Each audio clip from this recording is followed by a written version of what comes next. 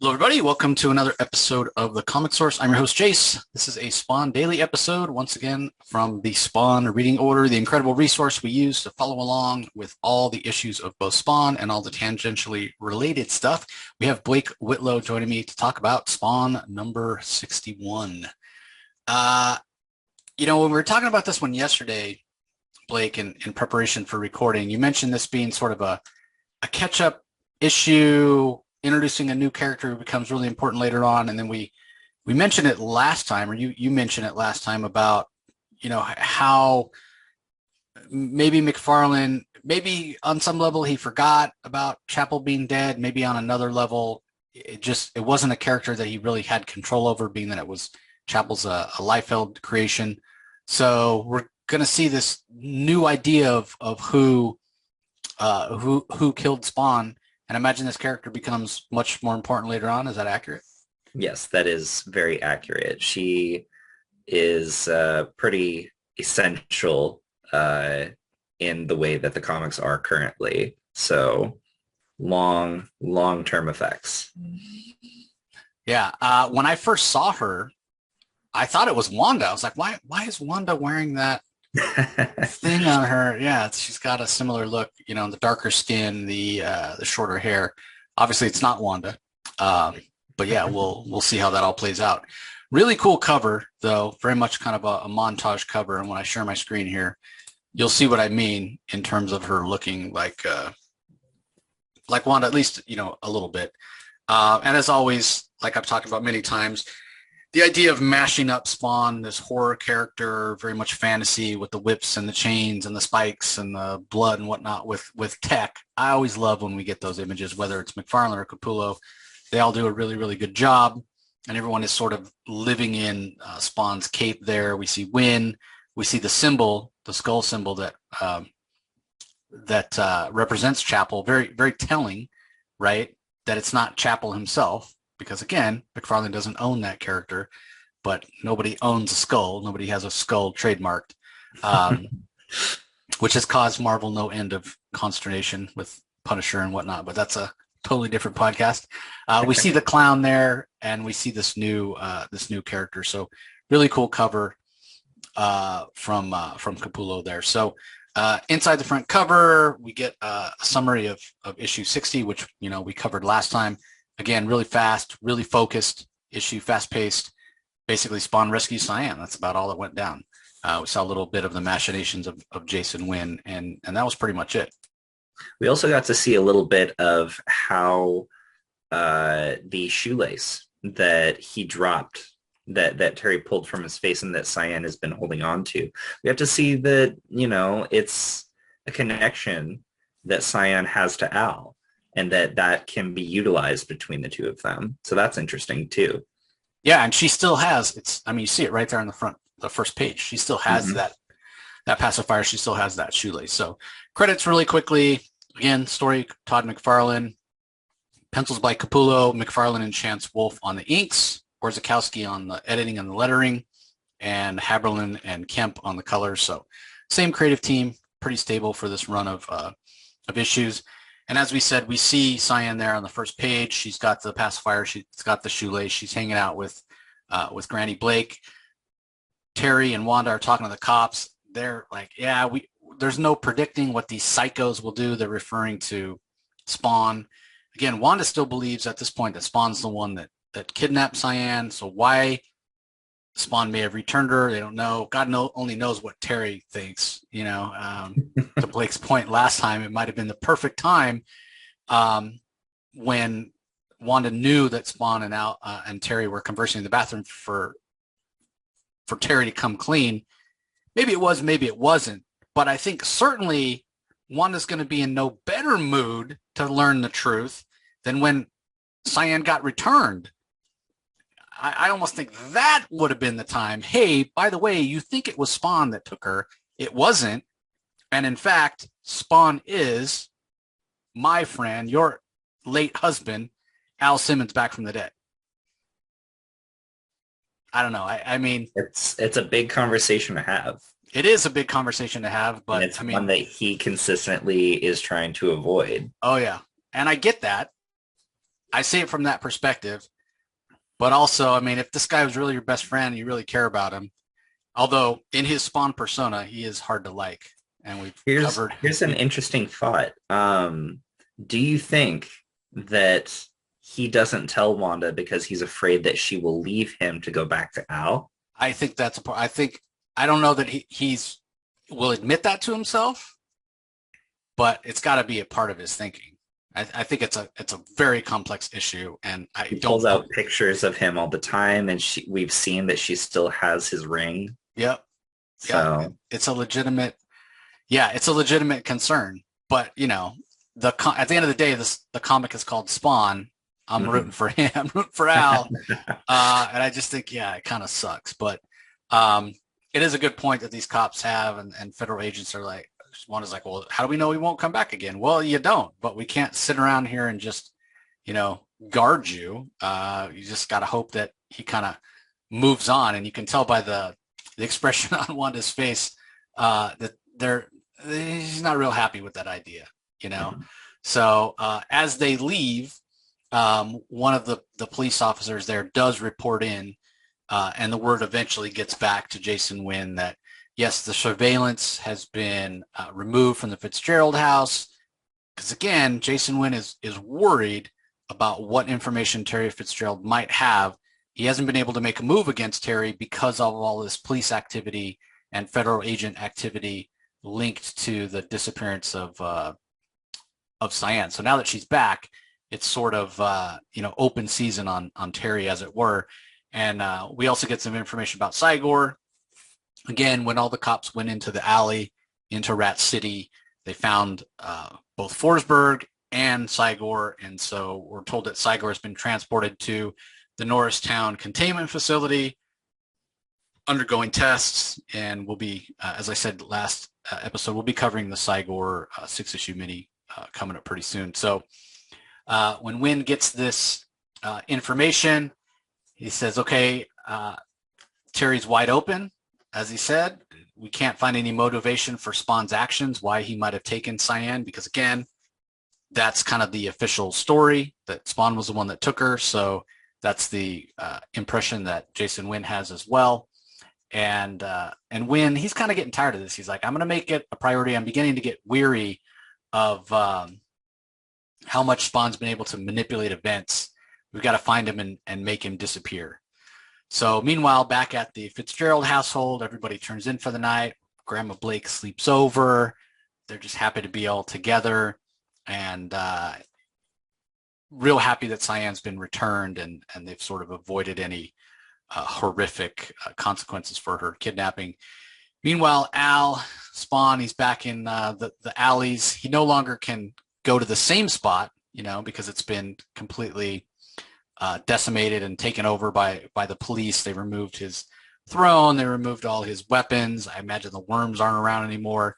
But one thing we do see is Spawn literally is staking claim to new ground.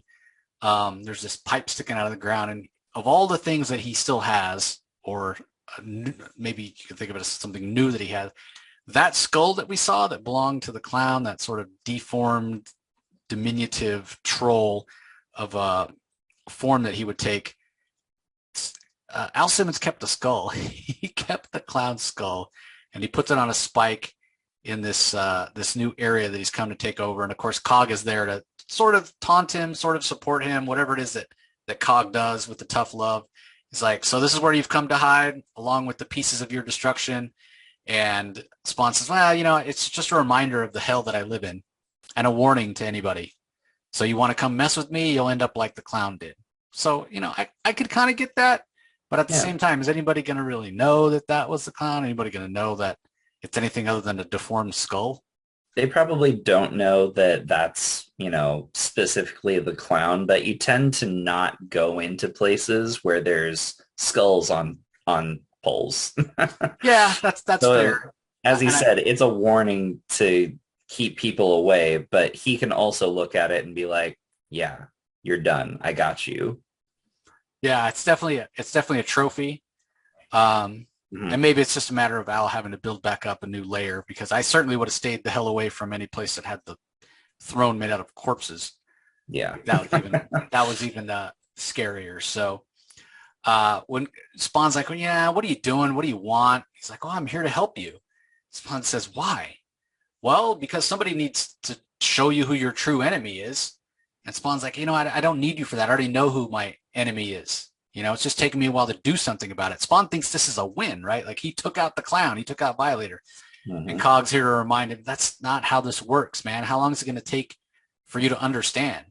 You didn't do anything. All you did was kill his human form, but he'll be back. You haven't learned anything. It's just like when you thought you took out that angel. You can't destroy them.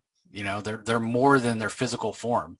And Spawn gets kind of irritated. He's like, look, man, I'm not really interested in your mumbo jumbo right now, although you and I are due for a good long talk. But he pulls out his big giant cable gun and he says, right now I got to go get my pound of flesh. I got to go take out Wynn.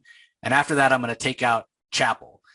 And Cog says the same thing that the clown did. He's like, why do you think that it was Chapel that killed you? Or you got to think about the consequences of what you're doing and how it might, impact your friends. Spawn says, I don't have any friends anymore. And Cog's like, well, then I pity you because that's what Malbolgia wants, right? He wants you sad. He wants you alone. He wants you isolated because that's when you lash out and that's when you act out of instinct rather than thinking. And that's when you're doing exactly what hell wants you to do. So as much as it's sort of tough love, to your point last episode, Blake, about Cog's the one that he's almost like the memory for Spawn because he can't seem to, think about the consequences or keep that stuff straight in his head from one issue to the next. So meanwhile, we see Terry taking Grandma Blake back to her place after spending the night. And when she gets inside, lo and behold, who is there but Spawn? And I do appreciate that McFarlane keeps coming back to this, that and he has Al Simmons like basically say it right out loud here. It's just so anybody who's not catching the subtlety, because when Grandma Blake says, yeah, I imagine, I haven't seen you in a while. I imagine God's been keeping you busy. And Spawn says, that's not why I haven't come by. And Grandma Blake says, well, I don't understand. And Spawn says, you've become my last connection to my past. Everything else is gone, right? Like he lost his wife. He lost his friends. He feels like he's lost Terry in a way. He's lost his future. Yeah, he's lost everything. But maybe it's because Grandma Blake is blind. And if anybody still treats him the same as he was treated in real life, it's Grandma Blake, right? She talks to him the same. In her mind, he's the same.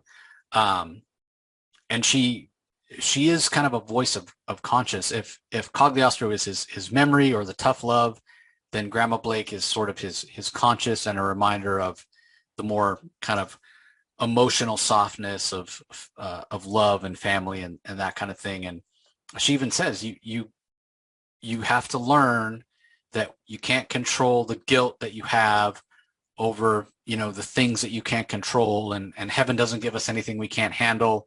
You just have to learn to let go of the guilt. And if anybody needs to hear that, it's certainly Spawn.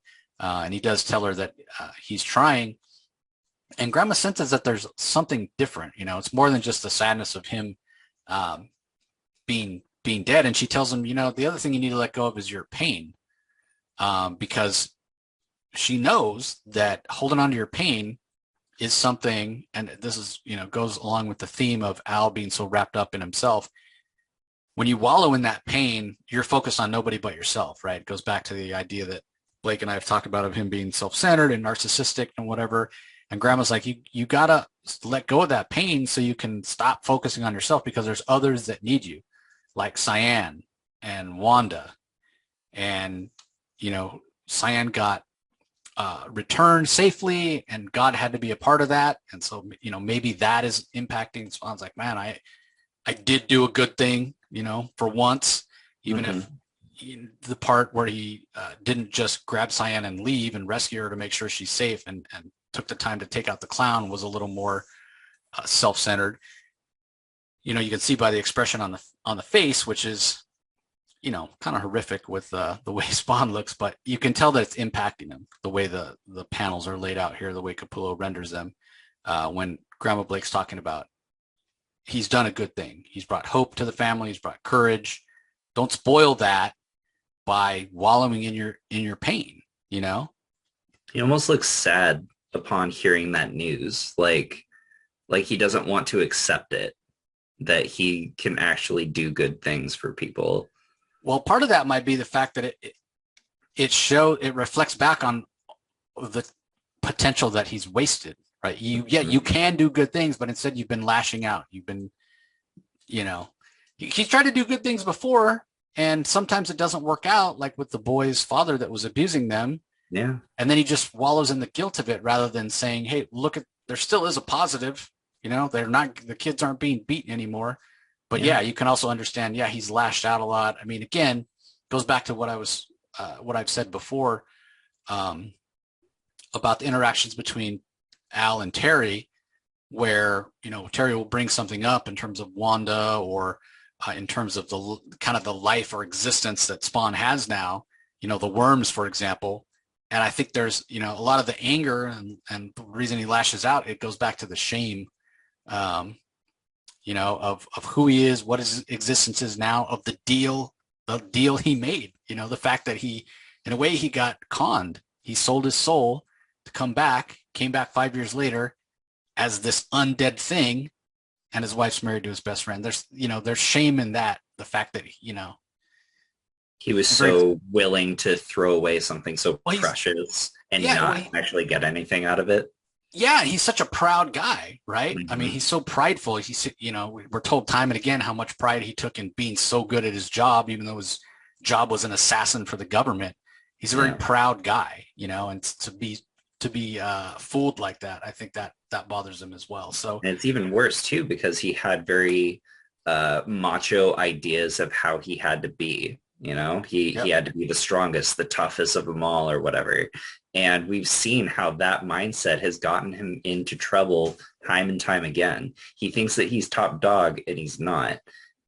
And one of his biggest stumbling blocks is not being able to be vulnerable around the people that actually care about him. He's so closed off from that part of himself.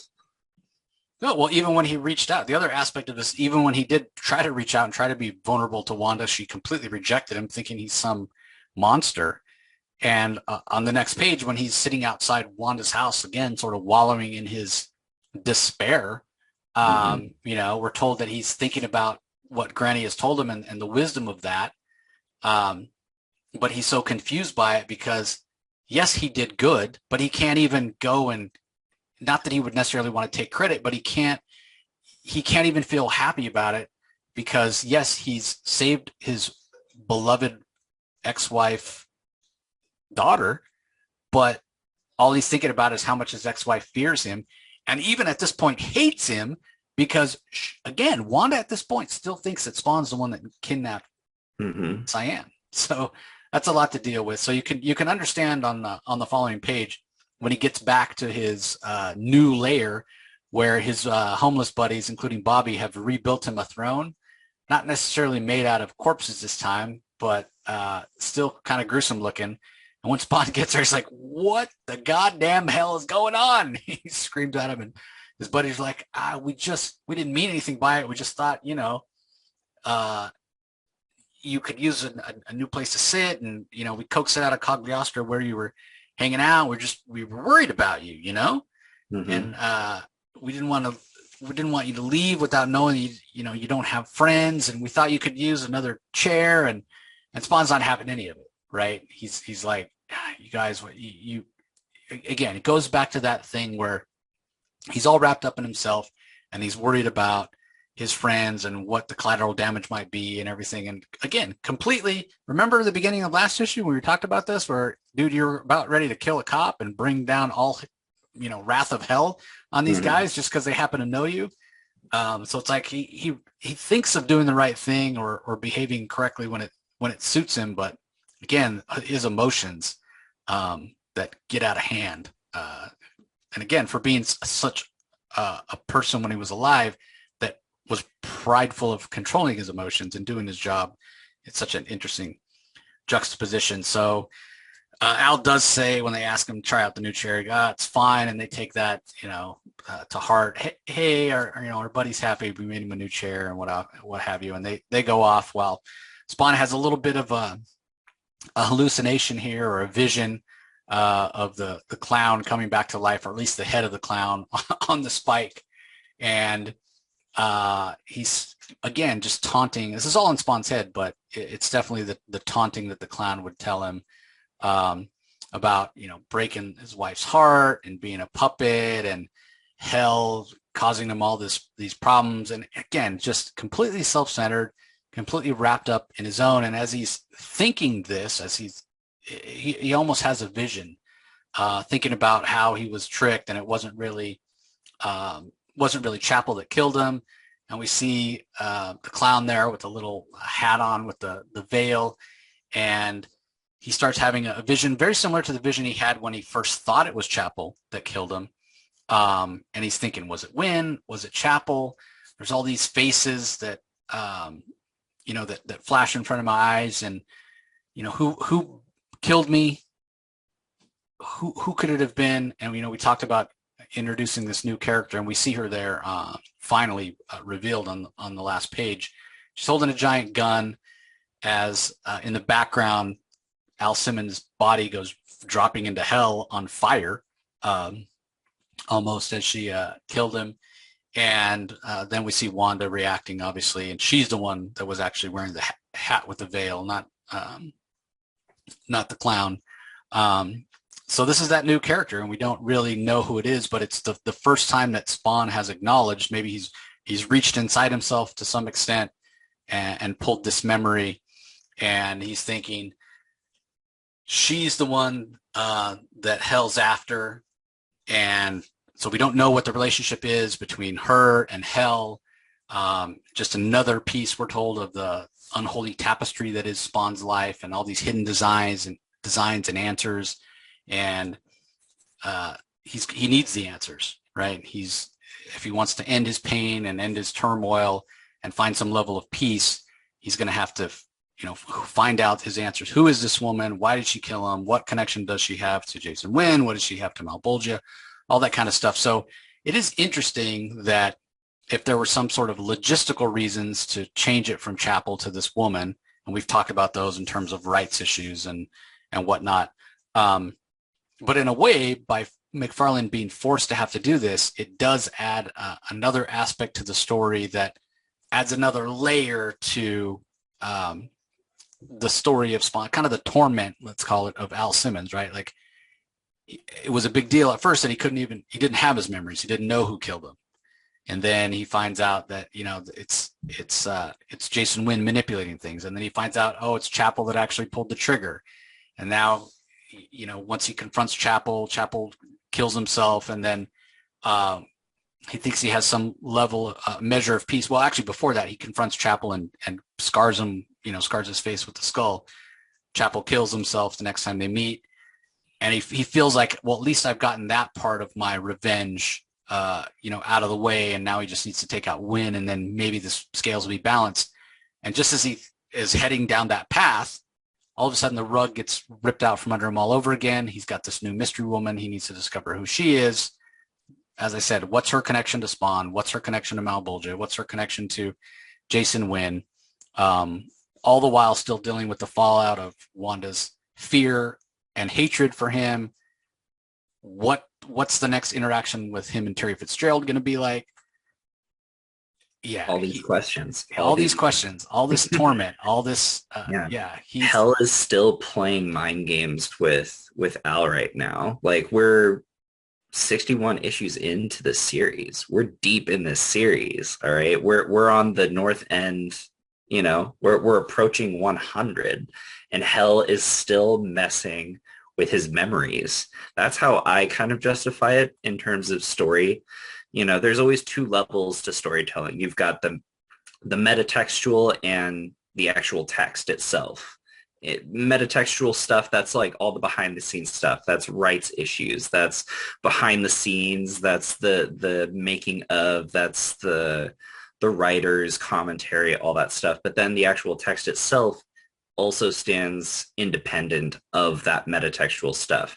If you take the text just as it is, it you have to make sense of it in whatever way that you, the reader, the audience, can, because this is what is being presented to you as a complete piece. So if we look at just the text, the way I kind of read it is Hell is just messing with his head still. Like, we're this deep into the series and we still see that Malbolgia and Clown are messing with his memories. He doesn't know what's real. And the deeper that he sinks into these pits of despair, pushing away people that he cares about, cutting off potential allies and friends, that's just digging the hole deeper. That's doing exactly what Hell wants. And that's how they're able to control him so efficiently, so effectively. Yeah, I mean, Cogliostro spells it out for him in this issue. He's like, yeah, they want you isolated. They want you alone. They want you lashing out. But he doesn't seem to know how to get out of that spiral. He constantly finds himself back in that situation. So, I mean, there's no denying that Malbolgia and the forces of Hell and whatnot are manipulating events.